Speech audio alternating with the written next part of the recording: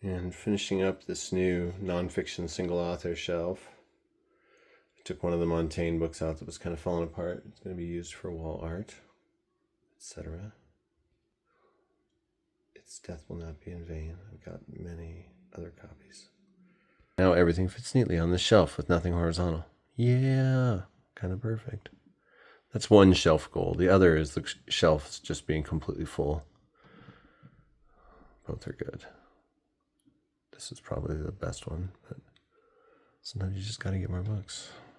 Anyway, we've looked at Knausgaard a little bit before, but now I want to really look at Knausgaard. Just a little separate. Well, that one came right out. Here, the tooth in question. If you read My Struggle, this 6-volume autobiographical novel from Norwegian author Karl Ove Knausgaard, this book is like famous by the end of it because he talks about the writing of it and touches in with it so much. I kind of feel like I've experienced this book in a way through the narrator and author character of My Struggle. Nonfiction. Apparently it's about angels, and now he's gone back to some genre stuff too. This is a nice copy though. It feels solid. Matte. Marvelous book. Wonderful descriptions. That I have not read, but I want to. Am I a Knausgaard completist? A casual one. I'll reread My Struggle sometime into that. Here's My Struggle. Which, there's controversial elements of this book. For one thing, it's called My Struggle, which is a literal translation of Mein Kampf. In Norwegian, it was Min Kamp. When it was translated into German, they made him change the titles. Like, nope, you can't do that here. Knausgaard had a good publicist because there were a lot of stories about him for a long time. He really dove into the spotlight. I kind of would like his publisher to be my publisher, at least his American publisher, English language, which is Farrar, Straus and Drew here, but it's this other one I'll show you. I mean, sure, I'd take a contract with them, but it's this imprint I'm thinking of, and I'll get to that. Here's an incredible book, though. I mean, it's so plainly written. It's so overwritten in its detail and description that it causes an effect.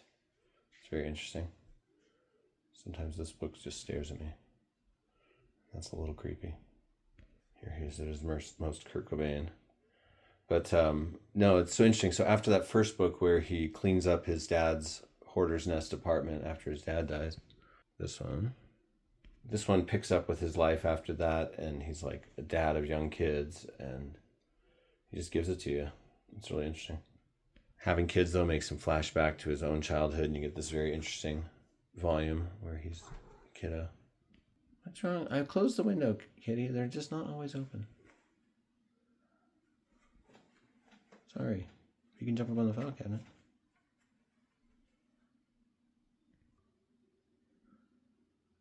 Do it. You can do it, Prismo. I believe in you. Jump, jump, jump, jump, jump. Go, kitty, go. Oh, come on. You're like giving up in real time, aren't you? Oh, here we go. Nice. The spirit of ancient panthers is in you. So there's his childhood, and it's so seamless how it goes from him taking care of young kids to recounting his own youth. And then that moves so effortlessly into book 4, his young adulthood. Very natural. His first state assigned jobs, and just, man, socialism sounds all right. What you doing, Pris? And 5 is so cool. It takes him full circle up to his dad's death and cleaning that apartment. And then it goes a little beyond that to writing and conceiving of this series of books, which really is considered like a single work, I think, by him. And then 6 is like a meta development where it's about his life being changed by the first 5 books. Because like Norway is not that big of a country. These little Scandinavian countries where people make it as recording artists or writers or something like that, they're like the equivalent of like little regional US radio markets back in the day. Like why we ever heard of Buddy Holly. Sadly, deregulation passed by Clinton killed that kind of a radio market in America. I remember the last of it. Do you, Prismo?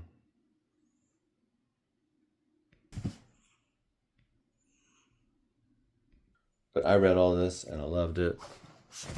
6 volumes. Probably read it over 2 or 3 years. No, well, the last 3 maybe I had to wait for them to come out. It's a unique achievement, and it shows the power of scope. It does rile me a little when he talks in interviews about how little he edited and how little he reread the work after he wrote it once. But for something of this scope, that's the big feat, and you just got to get it done, I think, on some level. And he's all, but I did really polish the first 10 pages of book 1 because I knew people would read that more. I'm like, that's kind of cynical, but funny. Overwriting is kind of one of his things, but he makes it work for him. And here's a follow-up he did after My Struggle and gained like a whole new following. There's at least 4 of these, I'm guessing, probably 4. And they're like letters to his kids. Sure, why not? Book 6 is real weird because it's like it's got this huge digression about young Hitler. It's like, where are you going with this, man? This really feels like you cut and pasted it from something else that you wrote. And it's very interesting and like kind of justifies its existence, but it's like, whoa, what a swerve, you know? Really strange. The title, that digression. What's with the Hitler biz? Is he like a stunted edgelord, or is it something else? I don't think it's like Nazism. I sure hope not. But what's his name? Knut Hamsun was from Norway and wrote a glowing obituary apparently for Hitler. Yeah. I hate that because I love Knut Hamsun's Growth of the Soil. I know. In America anyway, Nordic identity and ancestry really has a lot of tangle with white supremacy. I wonder if that exists there too. In fact, I think I know it does. Because that guy who wrote The Girl with the Dragon Tattoo, he was always at war with people like that. They might have killed him according to one conspiracy. Or his very bad vending machine eating habits. Knausgaard's still alive and well. He's shifted into like genre stuff, I've heard. Fantastical horror stuff. I have not kept up after this sequence. Because I remember this little era where everyone on NPR was quoting this sequence of books. And like My Struggle was like nothing to them. It was like background information. Anyway, Prismo, as you can see, loves Knausgaard. What do you think, Prismo? Knausgaard? Yep. My book, Shadows of Clouds in the Mountains, which is a 2-volume, 60-chapter, approximately 4,000-page work, will be about this long across 2 volumes, but I have a lot of white space, visuals, etc. It won't be a slog. It'll move more like a big book like the Mystery Doc that has a lot of Mystery.doc that has a lot of mixed media stuff going on. But My Struggle is actually a pretty fast read. I mean, it's a very fluid, light style. And yet you do get poetry in it and the dense texture of nonfiction in a really good way. What's up, kitty? Hi. Karl Ove Knausgaard. I never regret reading My Struggle, and I frequently think about rereading it. It's a real feat. I think it's the biggest single work I've ever read. Though I've read series, right? I bet I've read series that have more total page count than this, but like especially when I was younger, I read like 103 investigator books. 3 investigators. Prismo.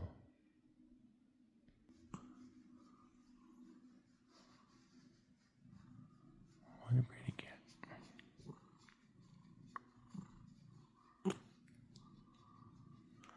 You biting me or licking me?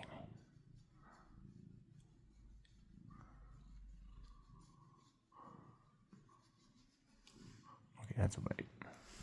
Karl Ove Knausgaard. Guy gives a pretty good interview too, and has a lot of other little writings. Book about Edvard Munch. You know, definitely someone to check out. Oh, there's a part where he meets Bjork in one of the volumes and hangs out with Bjork. That's pretty cool. There's definitely some TMI parts that you read through face palming. I'm reading about how his family has all sued him for this book. Feels like my Ghost of Christmas Future a little bit. Great. All right. Well, take care of everybody. Yeah, that too. But take care, everybody. Hope you're all doing well. Thanks for being out there. The world's crazy. Today I went to go photograph a shopping center for an article, and a vulture flew past me, like a giant vulture in the middle of Albuquerque. I'm like, that's not symbolic, right? It's not symbolic. It kind of flew from near this belfry in this Nob Hill shopping plaza, and I'm like, does it live in there? Thought I saw a vulture. Definitely was a vulture. Leonard Cohen. Kind of. Yeah, what a strange thing. You'll really have a parasocial relationship with Karl Ove Knausgaard after you read this. He's kind of got one friend. He talks to his brother on the phone sometimes. I have more than one friend. I talk to multiple siblings. He's a misanthrope with some occasional moments of mental wildness. When he cuts up his face one time, yikes. I think that's in book 2. Ugh. I'd like to meet him sometime. Maybe someday we'll be on like a nonfiction panel together. That would be a dream come true for me. At AWP or something. Or maybe I could just get to interview him sometime. That'd be cool. Really amazing celebrity interviews come along one time if you work in media. A friend of mine got to interview Billy Bragg and like talk to him for hours. Pretty cool. All right. Well, what do y'all think of Karl Ove Knausgaard? Is his work high literature? I think his endeavor, the My Struggle endeavor, is a literary endeavor, and it has the effect of being a literary masterpiece. But he's not writing prose of like a really polished level, even of like an old-fashioned polished level where it would be like a few drafts with a lot of corrections, like Dostoevsky era. This came out around the same time as those Elena Ferrante books, and was talked about with them at the same time a bit. People would say, ask the same questions. Is this pulp? Is this art? What is this? It's interesting. It's documentary.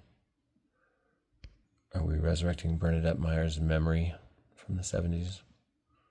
With this mentality, maybe a little bit. It's cool. I write what I call real-time essays. Every 25 months, I write an essay about a month during a month. And over 25 years, I'll get 12-month essays. I like to do big, weird projects. And I like documentary writing. I feel like it's a really interesting element to add to art. It's collaborating with the accidental, the collective, the unconscious, the random, what is, other people. I've been thinking more and more about my book collection as like a collection of collective knowledge. It's all these different minds and so on. And then making these YouTube videos, I've been thinking about all the people who watch these videos as like a super organism, as E.O. Wilson called colonies of ants, a collective organism in a way that I think about. I'm like, what will the 300 people like? What will they not like? What should I, like you're this like God-sized Tamagotchi, this giant collective consciousness. And so then I'm like, that makes a content creator like myself in this capacity in kind of an interesting place, because like I'm an individual between two collective masses of intelligence. And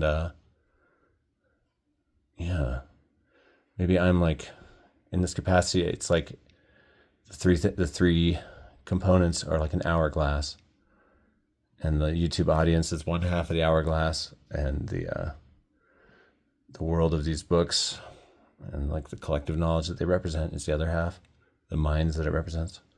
And I'm this little thin part where all the grains must pass through. Knowledge from one to another, like giving you the knowledge to like look these books up yourself and read them, or add your own thoughts to my thoughts, or whatever. Not stare directly into the void for a few minutes. That's a good thing for YouTube videos. If you're ever staring directly into the void, take a break and watch some like filler stuff. Here's the only void I like staring into. Oh, you're so pretty. You really are like a three-dimensional absence of a cat. In the right light, though, you can see she has tabby stripes. She's like a Nambe Pueblo pot. Black on black. Anyway, my book collection is getting stranger and more interesting. It's like a strange collection. Like I kind of like that it's growing to fill these cases and no further. The sections are getting curated. It's good stuff. The paperback fiction shelf is so good now. It's just all killer, no filler, I think. with startling changes happening even now. Oh, I just see something that needs moved. Got it. This is great. I need to just sit down and finish this like a single half-hour reading session and make a video. It's very good. It's interesting. It's got swerves. And it's so lyrical and descriptive. If you see this book around and you haven't read it, you should get it. Prismo agrees. Maybe Karl Ove Knausgaard does. I don't think I would want just like a framed photo of him hanging around. I'd always be like, ugh. Why are you so intense, man? Okay, the frozen winners, I get it. Well, take care, everybody. Glad to know you're all out there. A cool collective consciousnus and all the cool individual consciousnesses within it. Not to mention we're all part of transdimensional superorganisms, transgenerational superorganisms. Our genes across the ages. What's up with that? Endless lines of DNA going back to biogenesis.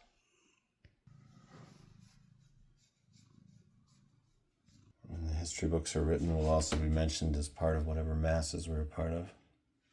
Oh, you were American. You were British. You were Indian. Haha, YouTube shows me that that's where the three places my listeners are most from. America, the UK, and India. That's cool. Makes sense. My books are in English. All those places have English-speaking populations. All because of British colonization. Whoa. I've also seen that most of this channel's viewers are between the ages of 18 and 34 and male. And what else? 22% of channel viewers use closed captioning or subtitles. So I'm like, that makes sense. I love closed captioning myself. But it's not always accurate when it's like YouTube's AI or whatever transcribing it, I'm sure. But it's got me saying some weird stuff sometimes. YouTube also said my channel is significantly, a significant percentage is kitties. It's very popular with the kitty crowd because of Prismo, of course. It's kind of like a diva celebrity in their world. All right, everybody. I'm fading. Good night. I'm not going to bed or anything. I'm just going to chillax. Or maybe write. I don't know. Got a couple articles I need to revise. Photos for said articles to edit. Who cares? All right. Good night, everybody.